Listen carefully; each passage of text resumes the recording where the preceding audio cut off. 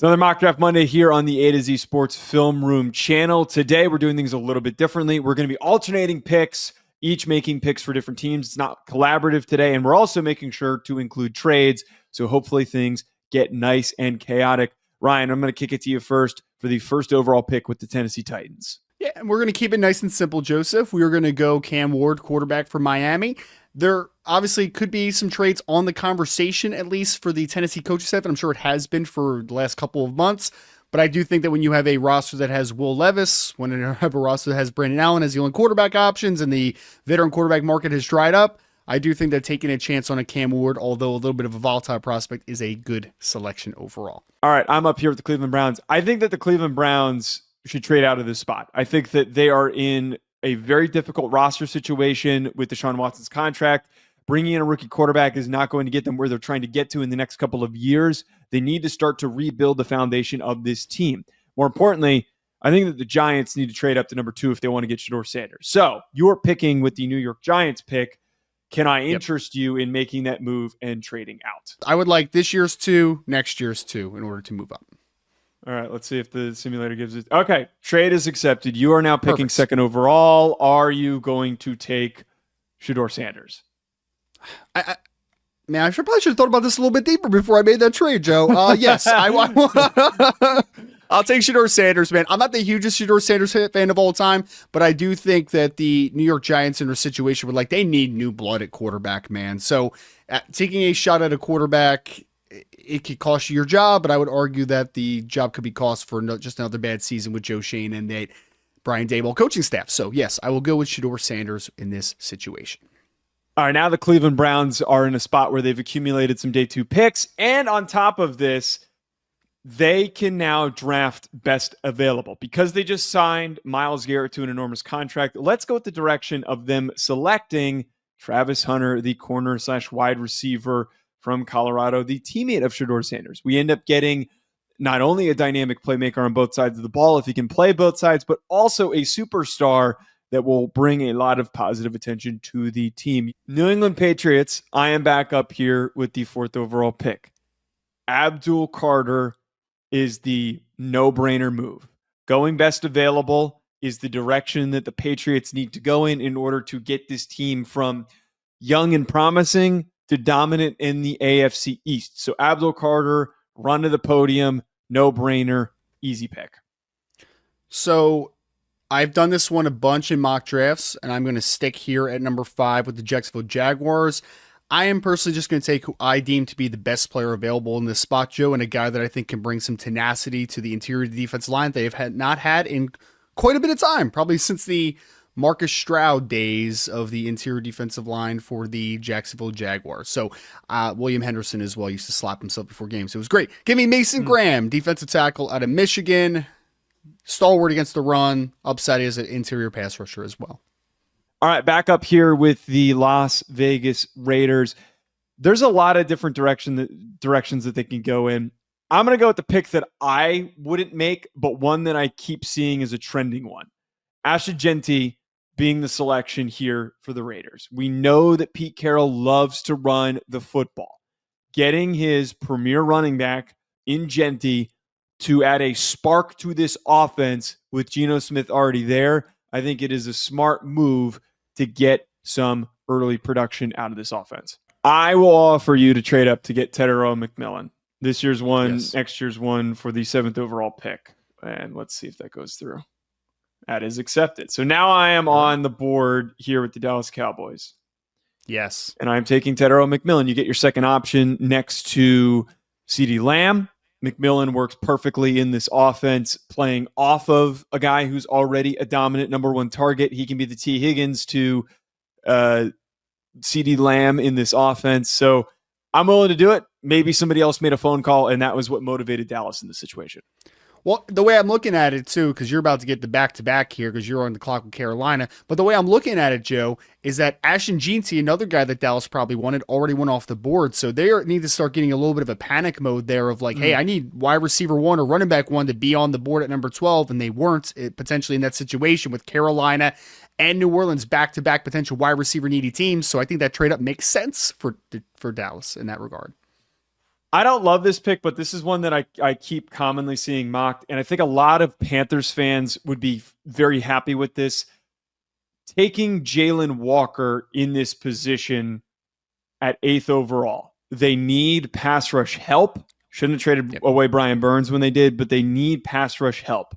If they can deploy him correctly, he could be very productive playing against a very underrated interior defensive line group. So give me Jalen Walker, the edge/linebacker from the Georgia Bulldogs. Okay, now that we're with the New Orleans Saints, New Orleans Saints was one of the teams that I mentioned could be a wide receiver needy team potentially in this draft, but we trade him away there. Joseph, I am thinking a couple different ways here. Offensive tackle was a spot that was in my mind. Also, potentially going edge, but I'd really, man, I'm really struggling with the whole Shedeur Sanders thing in the top 10. So let's go to offensive tackle for a second here. And despite the fact that I have some reservations about it, I am going to go Armin Membaugh because I think he has potential to be the offensive tackle 1, and they have a big right tackle need with Trevor Penning obviously not working out. So give me Armin Membaugh at number 9. I got the Chicago Bears here. Ryan, thoughts on you trading up with the Atlanta Falcons pick to get one of the edge rushers? Yeah, the Falcons are a desperate team for pass rush, and obviously we've seen Jalen Walker and obviously before that Abdul Carter go off the board. So I'm okay with that board starting to dry up a little bit to go up and try to get a guy at number 10. So like we just did with the Cowboys pick, it's a very similar move-up range. What about this year's first and next year's first? Would you be willing to do that, or is it too much? I am willing to give you this year's first, next year's second, and next year's third. I'd be more than happy with that. Let's see if this goes through. Oh, trade not accepted. Didn't go through. Dang it. All right, take the first off the board. Let me give you a third rounder this year and see if that will be accepted. Second next year, third this year. Or actually, that's a fourth this year. But still. Okay. Awesome. There we go. That went through. That pick went through. Okay, so now the Falcons moved up to 10 to take one of the available edge rushers. Who is it going to be? It's going to be, even though I would personally pick someone else, it's going to be Shedeur Sanders just because we are doing a little bit of predictive nature into this mock as well. Shedeur Sanders at number 10. If he hits his ceiling, he has a chance to be potentially the best defensive player in this class. It's a little bit of a swinging, you're swinging for the fences on that one, but hopefully we're able to connect on Shedeur Sanders. You're back up here with the, San Francisco 49ers. What do you want? I want to be a sicko and take Tyler Warren to pair him with George Kittle just because it would be so sick, but I'm not going to do that, obviously. I am going to look at the offensive tackle board for a second here, Joseph, and I am going to make a decision here because I do think Will Campbell is a decent fit, obviously, in that outside zone system that could mitigate a little bit of the length issue that he does have if you want to play him at right tackle, and then maybe he could be the heir apparent potentially for a Trent Williams long-term. Josh Simmons, I think, makes a lot of sense, but I just don't necessarily think he's going to get drafted in that range. So give me Will Campbell, the LSU offensive tackle, at pick 11. At worst, he'll be a very good guard on the next level, and that's a quality player there, even outside of the top 10. I've loved that pick for him on the 49ers because he just feels like a 49er that they go and figure out how to use him perfectly and to deploy him perfectly and just line him up in order to have their offense return back to their level of dominance. You are back up though because you had the Jets pick. So who do you want here? I had three straight picks, and the guy I would have taken at number 7 with the Jets is still on the board. I'm taking Tyler Warren, tight end from Penn State at pick 12, and I kind of screwed myself a little bit because I would have loved to take Will Campbell potentially at 13. So I kind of screwed myself a little bit a couple picks before this. Although it is again the injury is a little bit concerning with Josh Simmons with the lower leg injury. The patella injury. I am still going to take Josh Simmons at 13. He is my future at left tackle. He can play right tackle if we need to. He's an offensive tackle that Tua needs in front of him. All right, now I'm up here with back-to-back picks. I think that the most glaring issue that has happened for the Indianapolis Colts is that they did not bring back Ryan Kelly and they did not retain Will Fries. So we need to improve the interior of their offensive line. Tyler Booker is here on the board. I think he is one of the most dominant interior presences that we've had in a couple of years. And he kind of gives me some, it reminds me a little bit of Quentin Nelson and just the physical profile and the way that he plays the position. So that mentality remains for the Colts as they're going to be having some road graders there up front for Anthony Richardson and Jonathan Taylor. Back here again with the Chicago Bears. They have already done an aggressive job at rounding out their offensive line. They probably are best going with either What do you think? A defensive tackle here? Help me talk me through this just a tiny bit. I think D tackle. I think D end. I think defense line just in general. I also think safety is an interesting one potentially. Or I mean, dude, there's a couple good corners on the board still too, man. I don't know.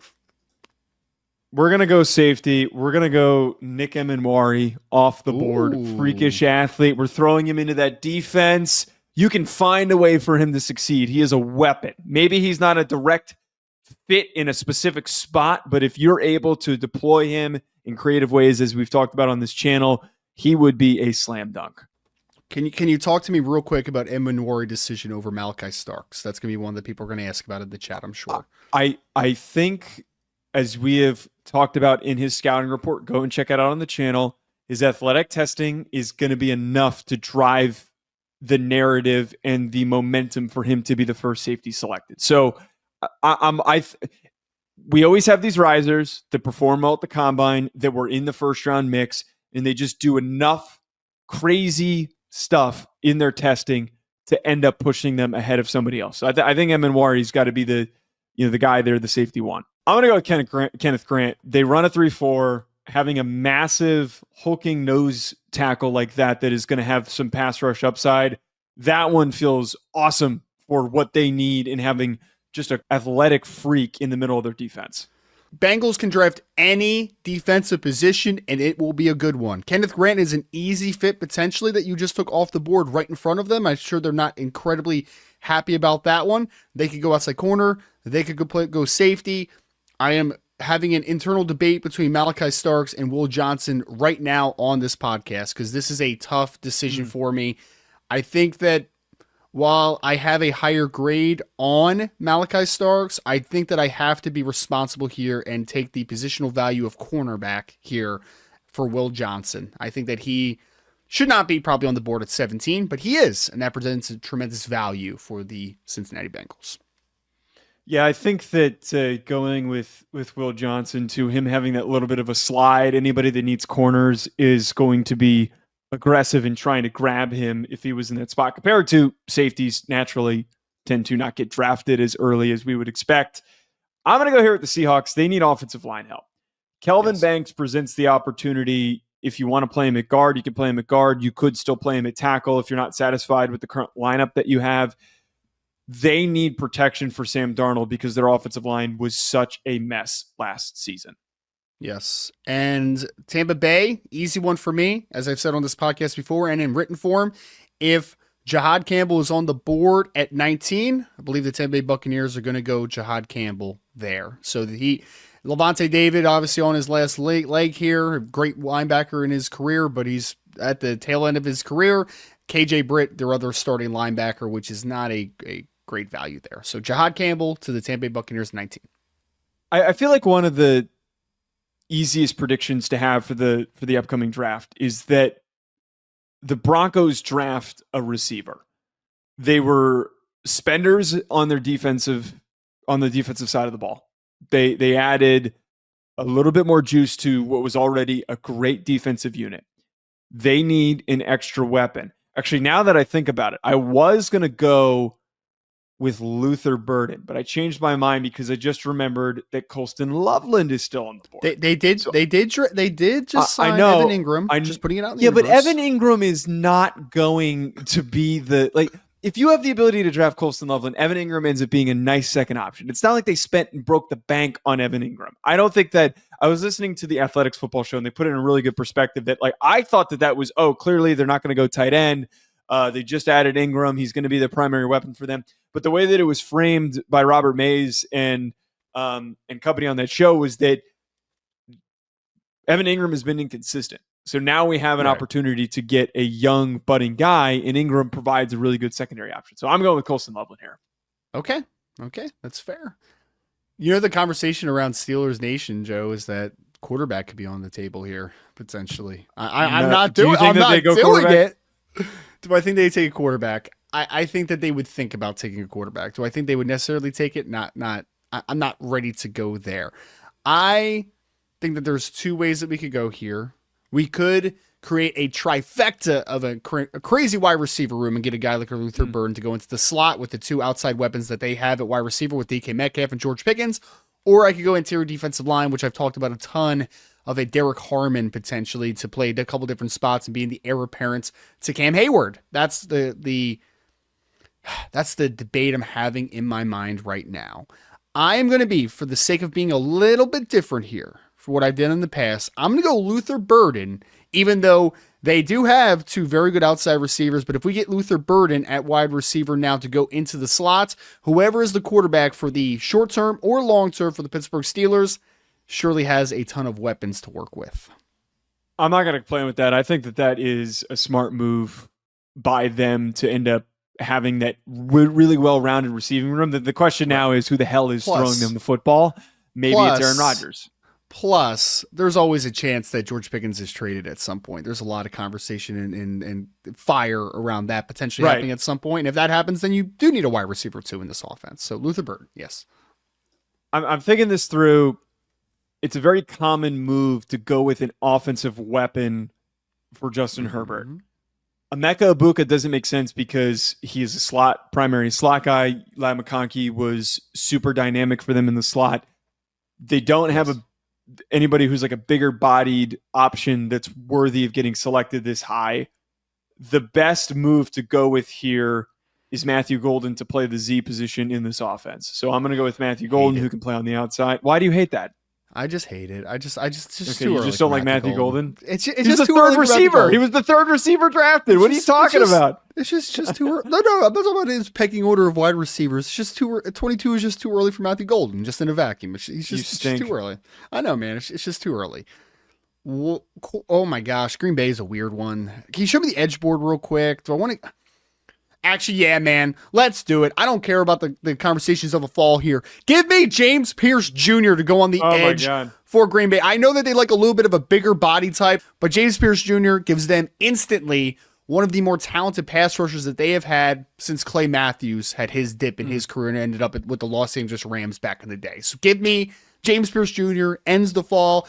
If his head is screwed on tight and he has his eyes forward and they're clear vision, this kid could end up being a top 10 overall player in this class.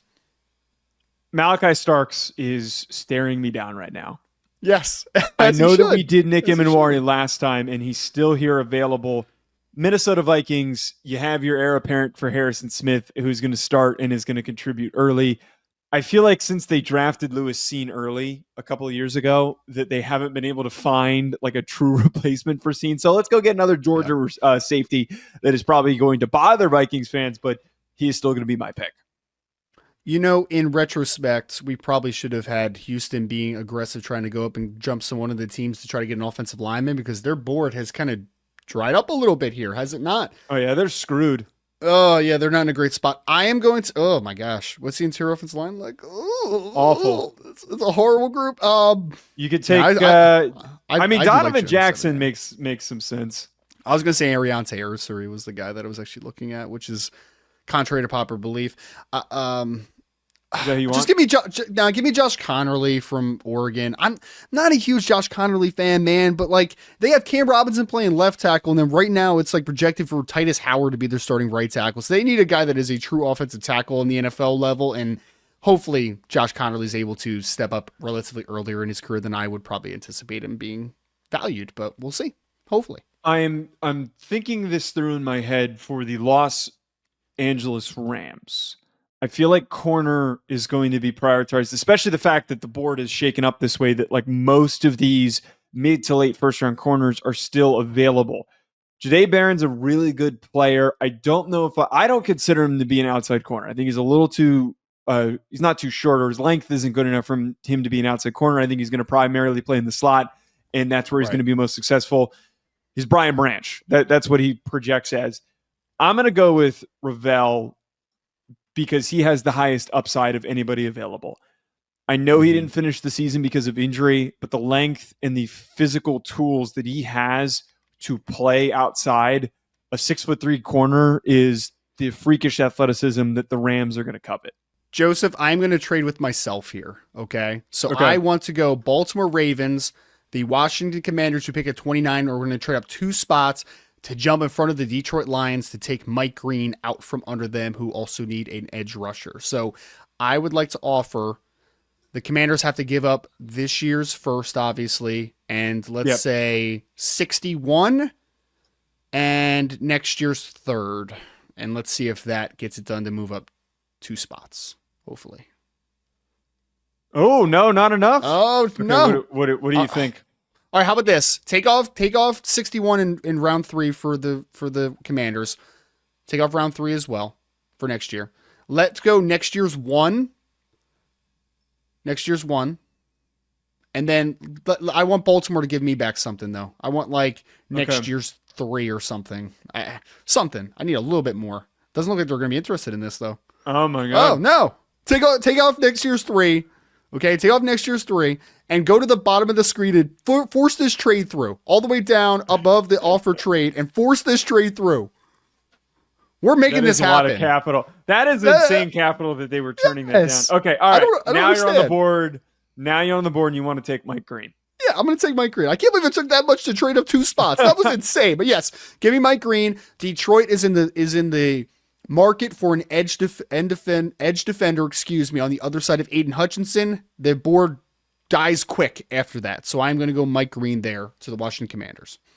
Lions still have the opportunity to pick between Nick Scourton and Mykel Williams. I am going to go with Mykel Williams, who is the higher upside, is a very long, twitchy, physical edge presence. That's the type of athleticism that they need opposite of Aiden Hutchinson. So we're going to go with Mykel Williams. Baltimore Ravens, who I just traded with to move back. I'm going to take Jahdae Barron here, Joseph. I think that he, in a feels like situation, a Raven. It does. They let good football players fall to them. He might be a nickel. He might be an outside corner. They have some needs potentially outside specifically, but Marlon Humphrey provides a little bit of flexibility to play inside and out, depending on how you need him to forecast the secondary. So give me Jahdae Barron as a good football player who just happened to fall into their lap. All right, Ryan, here comes the chaos. Yes. Buffalo Bills traded out last year. They have had success trading out and drafting guys in later rounds with the compensation that they received. The Cleveland Browns currently sit at pick 33. They are going to give up pick 33 for pick 30, and they now have a little bit of extra ammunition with pick 34 to trade back in. Now the Browns are in a position to take a quarterback. Everybody's thinking, oh, it's going to be Jackson Dart. Not so fast. We're going with the guy with the tools. We're going with the guy who ran a 4.4, allegedly a 4.3 at his pro day. We still don't know what the real number is. Jalen Milroe from Alabama. I know he's a project. I know that I talked about earlier how it didn't make sense for them to grab a quarterback earlier. But I think that if they were sitting in this position, if they could talk somebody into trading back in to get that 5th year on the contract, they could take advantage of the fact that they drafted Travis Hunter early. And also they have a future option here with Jalen Milroe. I also would expect, I feel like any other team that wants to grab Milroe, wants to move up and get somebody at the back end of the first round, is going to be frantically calling and trying to trade up with any of these 3 remaining teams in the back end of the first. Kansas City Chiefs have to take an offensive tackle, Joe, no matter what. Right now, their starting off left tackle is Jalen Moore. And after that, they have Wanye Morris. They have Ethan Driscoll. They are moving Kingsley Sumate inside the guard, apparently. So they need a tackle, man. It's early. But I am going to take... Actually, I was going to say I was going to take Ariante Ursary. But I might take Donovan Jackson here. Oh. Is that I'm going to take Donovan Jackson. Yeah, I'm going to take Donovan Jackson because he brings a floor to the table where even if he struggles to tackle, I think he could still be a good guard, obviously, in the NFL level. So give me Donovan Jackson to Kansas City at 31. Sure. All right. Let's do it. To close things out, I'm a bit... Can I make a suggestion? Okay. Yeah, what do you think? They lost Milton Williams this offseason. They value building through the interior. I think Derek Harmon would be pretty cool for the Philadelphia Eagles. I don't disagree with that. Or Walter Nolan comes off the board and is the last pick of this draft because they don't care about off the field concerns and they value talent. So I'm going with Walter Nolan. All right. No comments, no disagreements. You are correct. If Walter Nolan is going to succeed in the NFL, having an infrastructure and a locker room like the Philadelphia Eagles would probably be the best case scenario for him. So I understand. I get it. All right, folks, let us know in the comments below. What do you think of our mock draft? Hit that like button and subscribe. We'll talk to you later.